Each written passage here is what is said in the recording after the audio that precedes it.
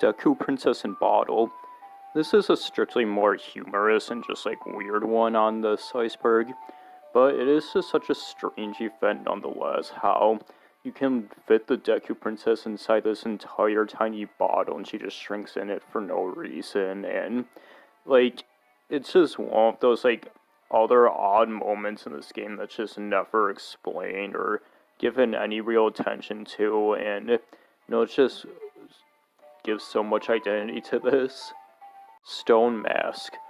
Another lighter one, because while the design of the Stone Mask is a bit weird and like just a tiny bit horror-based, most people will probably find it more funny than anything, but it does kind of have this sad, strange horror to it, and the way it works is never really explained anyways, because you're still just like Link running around and yelling and very clearly there, but somehow that mask just prevents you from at all being seen, and that's a bit of an odd thing, but I don't know, I guess it's mostly just used as a joke. All-Night Mask.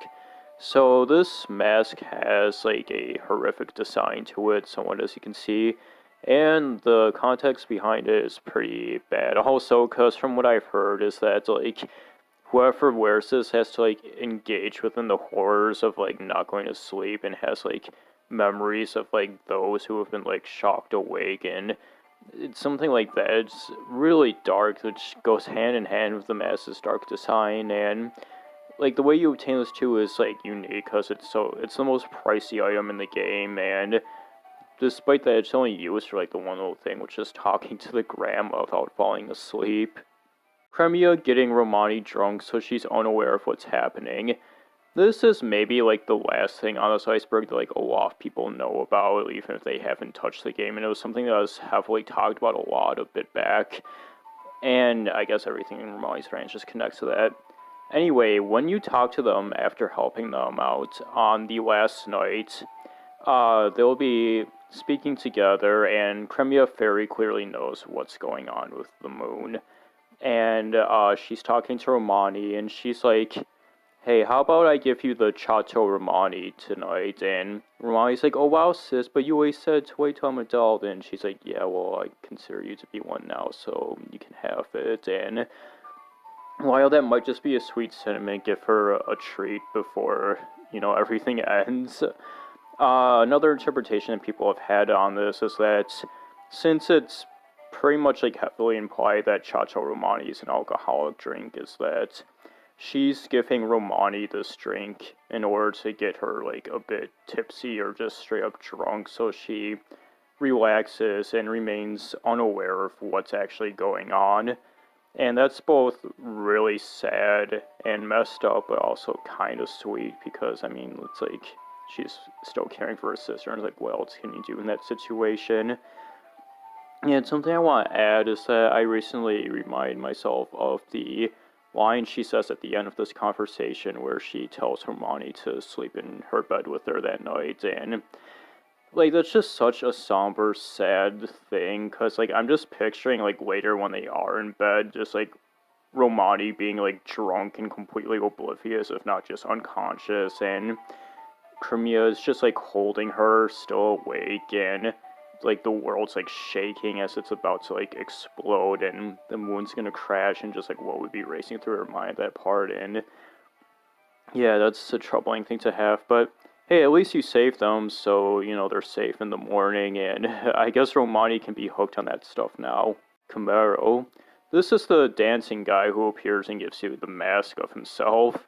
And, for whatever reason, he's basically a ghost, and he only appears, like, around midnight or 1 a.m., and you have to use the song A Feeling of Him, and then he gives you a mask of himself, which is one of the weirder ones, and you do that weird dance, and, like, there's the music that plays with it, and it's just Majora at its finest, which is being as, like, unsettling about absolutely everything as it can be.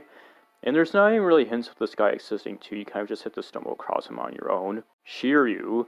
This is that invisible guard at Ikana Valley who gives you the stone mask, and this guy was always intriguing to me because he's invisible when you first meet him, and you can help him out with the blue potion, however that works. I guess it's just a cure-all. Don't know if it helps you from jinxing, should try that. Anyway, So this helps restore him. I don't know what he does with his life after that, but it's never again really explained how this guy became invisible in the first place, like why that happened. Apparently, it's someone intended that he's so boring and ordinary that this just kind of happened on his own, or maybe you just never saw him until you gave him the medicine and knew he existed, and it's such a weird thing. And fun fact, these two are actually in the Bomber's Notebook despite being off Clockdown, because something I've noticed is that a lot of NPCs who aren't in Clockdown usually don't get included in there, but yeah. Using Mask of Sense.